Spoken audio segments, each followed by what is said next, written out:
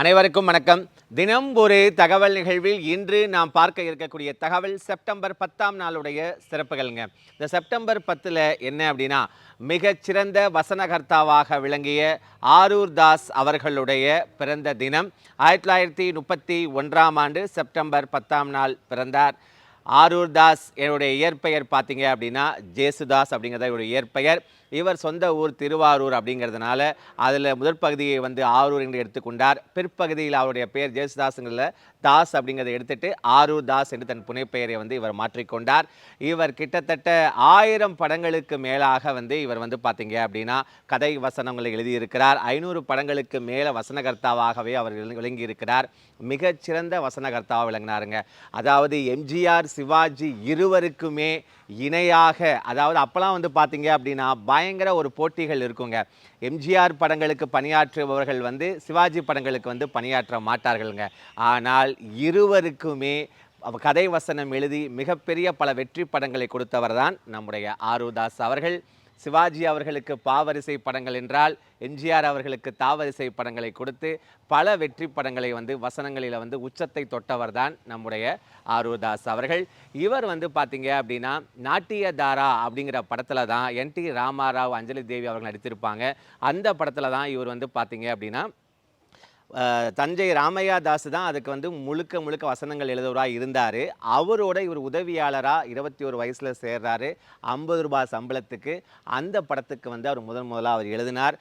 அதன் பிறகு இவருடைய சிறப்பான அந்த வசனம் நடையை பார்த்த பிறகு என்ன பண்ணுறாங்க அப்படின்னா, தமிழில் ஏஎல் நாராயணன் அப்படிங்கிறவர் என்ன பண்ணுறாருனா, நேரடி தமிழ் படங்களுக்கு நீ எழுது அப்படின்னு சொல்லி கூட்டிகிட்டு வராரு.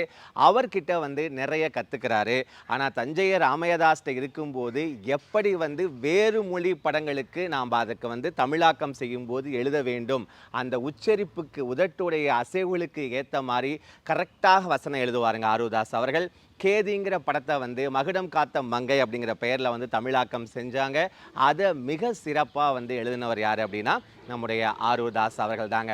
அதன் பிறகு ஏஎல் நாராயணன் அவர்கள்ட்ட நிறைய உரையாடல் நடைகளை எப்படி அந்த கதை வசனம் எழுதுவது என்பதை அழகாக கற்றுக்கொண்டார் நம்முடைய ஆரூர் தாஸ் அவர்கள். அப்படி அவர் கற்றுக்கிட்டு முதலாக ஜெமினி கணேசன், சாவித்திரி அவர்கள் நடித்த சௌபாக்கியவதி படத்துக்கு அவர் எழுதுகிறாருங்க. அது மிகச்சிறப்பாக வெற்றி படமாக அமையவும் ஜெமினி கணேசன் அவர்களே என்ன பண்ணுறாரு அப்படின்னா, நம்முடைய ஆரூர் தாஸ் அவர்களை சிவாஜி அவர்கள்ட்ட அறிமுகப்படுத்தி வைக்கிறாருங்க. அப்படி சிவாஜி அவர்கள்ட்ட அறிமுகப்படுத்தி வச்ச உடனே அவர் எழுதின அந்த முதல் வெற்றி படம் தான் இன்றளவும் நாம் ஒரு அண்ணன் தங்கை பாசத்திற்கு உதாரணமாக காட்டக்கூடிய படம். எவ்வளவு தொழில்நுட்பம் வளர்ந்திருந்தாலும் நாம் சொல்லக்கூடிய ஒரே படம் அப்படின்னு சொன்னீங்கன்னா அது பாசமலர் தான். அந்த பாசமலர் படத்திற்கு மிகச்சிறந்த வசனகர்த்தாவாக விளங்கியவர் தான் நம்முடைய ஆரூர் தாஸ் அவர்கள். அதில் புகழ் பெற்ற பிறகு தொடர்ச்சியாக சிவாஜி அவர்களுக்கு 28 படங்களுக்கு நம்ம ஆரூர் தாஸ் அவர்கள் கதை வசனம் எழுதினாருங்க. அதில் பார்த்திங்கன்னா பார்மகளே பாரு, பாசமலர், அதே மாதிரி தெய்வ மகன், அன்னை இல்லம் போன்ற பல வெற்றி படங்களுக்கு தொடர்ச்சியாக நம்முடைய ஆரூர் தாஸ் அவர்கள் எழுதினார்.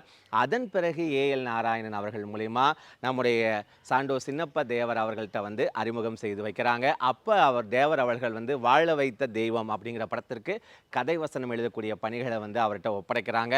அந்த படம் மிகப்பெரிய வெற்றி அடைந்த பிறகு எம்ஜிஆர் அவர்களுக்கு தாய்க்கு பின் தாரம், தாய்க்கு பின் பாசம், அதே மாதிரி தாய் சொல்லை தட்டாதே, தொழிலாளி, தனிப்பிறவி போன்ற பல வெற்றி படங்களுக்கு தொடர்ச்சியாக நம்முடைய ஆரூர் தாஸ் அவர்கள் எழுதினாருங்க. இப்படி பல புகழ்பெற்ற அவர் வசனங்களை எழுதியிருந்தாலுமே படித்த பெண் அப்படிங்கிற படத்தில் ஒரு பாடலையும் அவர் எழுதியிருந்தார் என்பது குறிப்பிடத்தக்கதுங்க. இவர் 3 தலைமுறையாக கிட்டத்தட்ட 40 இயக்குநர்களுக்கு தொடர்ச்சியாக வசனங்களை எழுதியவர் யார் அப்படின்னு சொல்லி பார்த்தீங்க அப்படின்னா நம்முடைய ஆரூர் தாஸ் அவர்கள் தாங்க.